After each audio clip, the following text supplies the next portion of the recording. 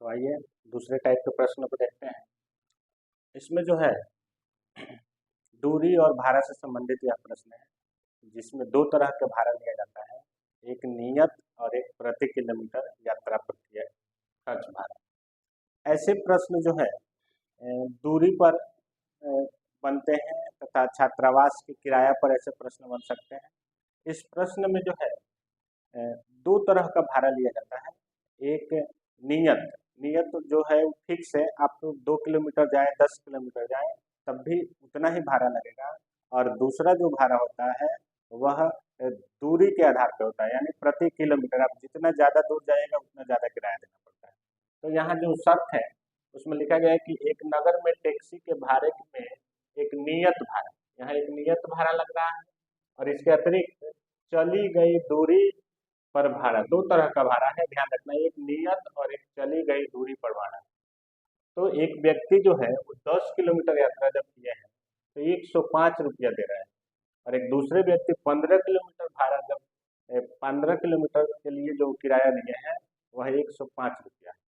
यानी हमारे पास दो शर्त दिया गया है।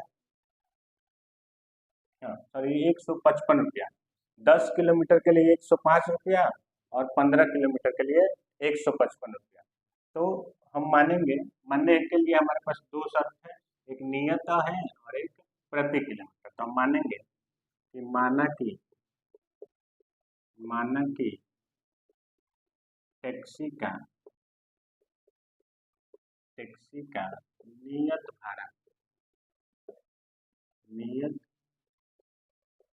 भाड़ा जो है X रुपया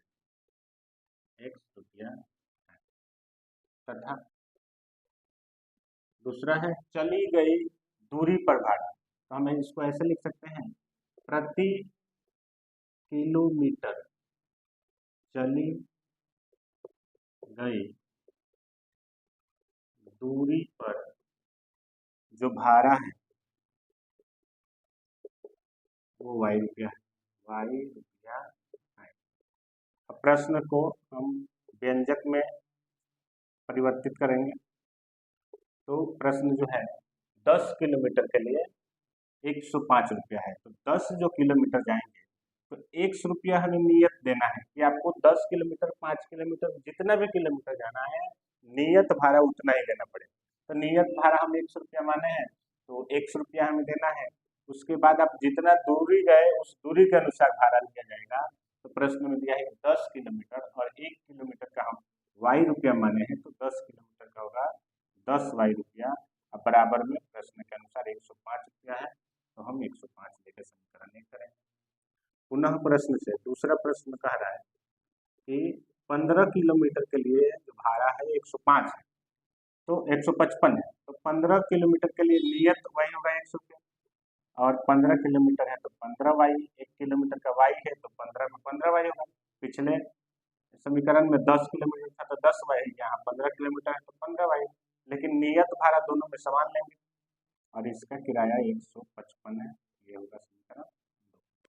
और फिर से हम इसे प्रतिस्थापन विधि से हल करेंगे तो लिखेंगे समीकरण 1 से x प्लस 10y बराबर 105, तो x बराबर होगा 105 माइनस 10। अब इसे समीकरण 2 में प्रतिस्थापित करेंगे, यहाँ लिख सकते हैं x का मान समीकरण 2 में प्रतिस्थापित करने पर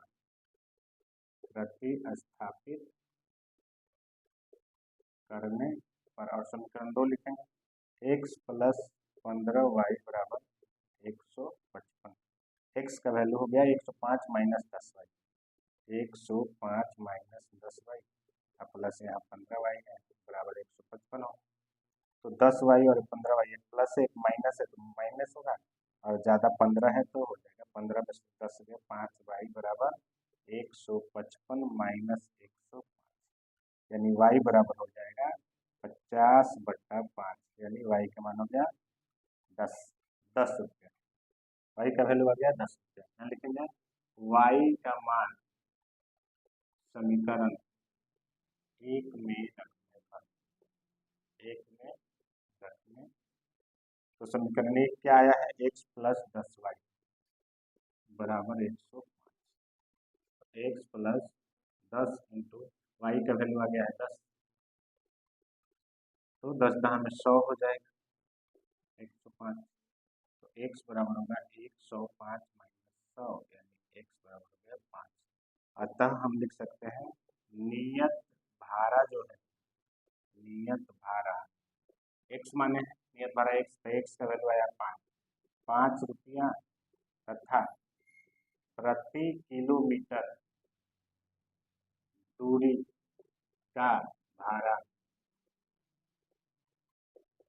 जो है वाई माने है, वाई का वैल्यू आया है 10 रुपया, 10 रुपया। तो ये हमारा यहाँ जो प्रश्न है कि नियत भाड़ा क्या होगा, प्रति किलोमीटर का भाड़ा क्या होगा, तो हम बता दिए कि नियत भाड़ा 5 रुपया और प्रति किलोमीटर का भाड़ा 10 रुपया। प्रश्न एक इसमें एक और पूछा गया है कि 25 किलोमीटर कोई गया है तो उसका किराया कितना होगा। तो हम देखेंगे 25 किलोमीटर दूरी का भाड़ा, तो कोई 25 किलोमीटर गया है तो 1 रुपया जो नियत है वो तो देना है, और उसके बाद 25 वाई है तो 25 वाई, 25 किलोमीटर का 25 वाई रुपया हो जाएगा। 25 वाई, एक्स का मान है 5 और वाई का मान है 10, तो हो जाएगा 5 प्लस 250 बराबर हो जाएगा 255 रुपया इसका जवाब। इसका उत्तर जो हो जाएगा 25 किलोमीटर का किराया जो है 255 रुपया हो जाएगा। इस तरह हम इस प्रश्न को भी हल किए, और इसमें 2 प्रश्न बचे हैं जिसे हम 2 छोटे छोटे